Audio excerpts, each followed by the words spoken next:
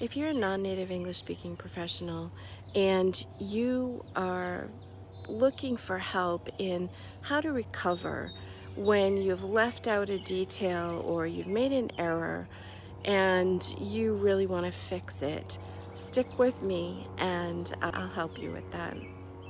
I'm Kathleen, founder of English with Kathleen Elise, and I help non-native English speaking professionals to speak like the professional who belongs in every room.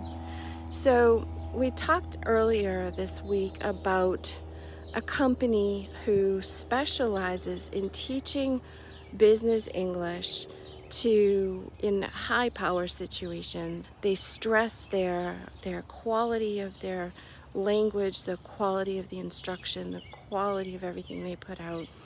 And I had come across an advertisement that they put out where 5 words in, the 5th word that they used in their advertisement was the incorrect form of the word, and so the grammar was wrong. For an English speaking school, a language school, to get the language wrong, that doesn't look good. That needs to be fixed. So how do they recover? Because again, as we talked earlier this week, it affects your reputation among your peers within your industry. It affects your reputation to possible clients. It turns away potential business. There are all sorts of ramifications, and so a simple thing for them to do is to implement, just have someone take a look at everything that they've already put out, go through it, proofread it, make sure that to find typographical errors, which I'm sure this was, to find the typographical errors, to find places where maybe it is an actual linguistic error, find them, correct them, and then make sure that there are checkpoints along the way before things get put out to avoid stuff like this. If it's a situation where the error is much more serious, then all that needs to happen is that Americans in general, but in American business especially, we don't need big long explanations. We don't necessarily care why things happened, just that you acknowledge that they did happen, and then we can move on. So all you would need to do is just address it directly, say, oh, look at this, we found this, sorry about that, and move on. Obviously it would be depending on the level of formality in which your business deals, it would just, fit your tone of voice and everything. But just say, oh, look, we made a mistake. Sorry about that. These are the ramifications. This is what we've done to fix it. And we'll do everything in our power to avoid that in the future. It's that simple. So if you're dealing with things, maybe you sent out an email and you didn't pay attention to what the client asked, or maybe you didn't answer the question fully, or maybe you forgot to send an email. That's a detail in business that really matters, especially in American business. And that's all part of the communication process. That's all part of having a conversation in a business English setting. Even if it's in writing, you're still communicating with the other person. So just address it, say, I apologize for the delay in responding.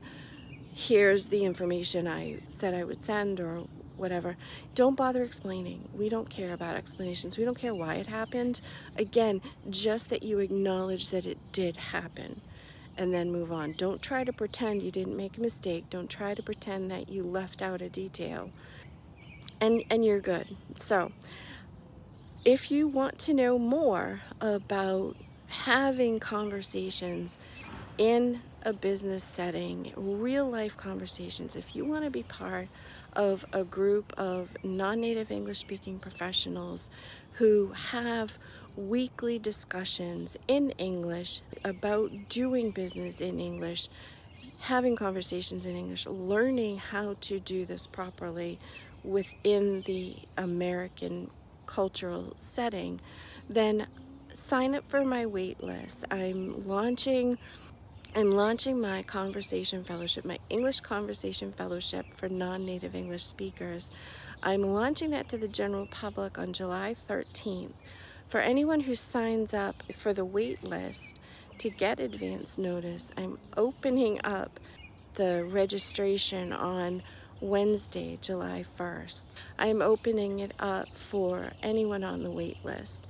And what that means is there are only 24 slots available. I'm only having 24 people in this fellowship because I want to keep it small enough where everyone can have a chance to use their English, to learn, to get the instruction, get the guidance, and really use your English, but also big enough where we can break out into groups and you can get more one-on-one conversation time or small group conversation time.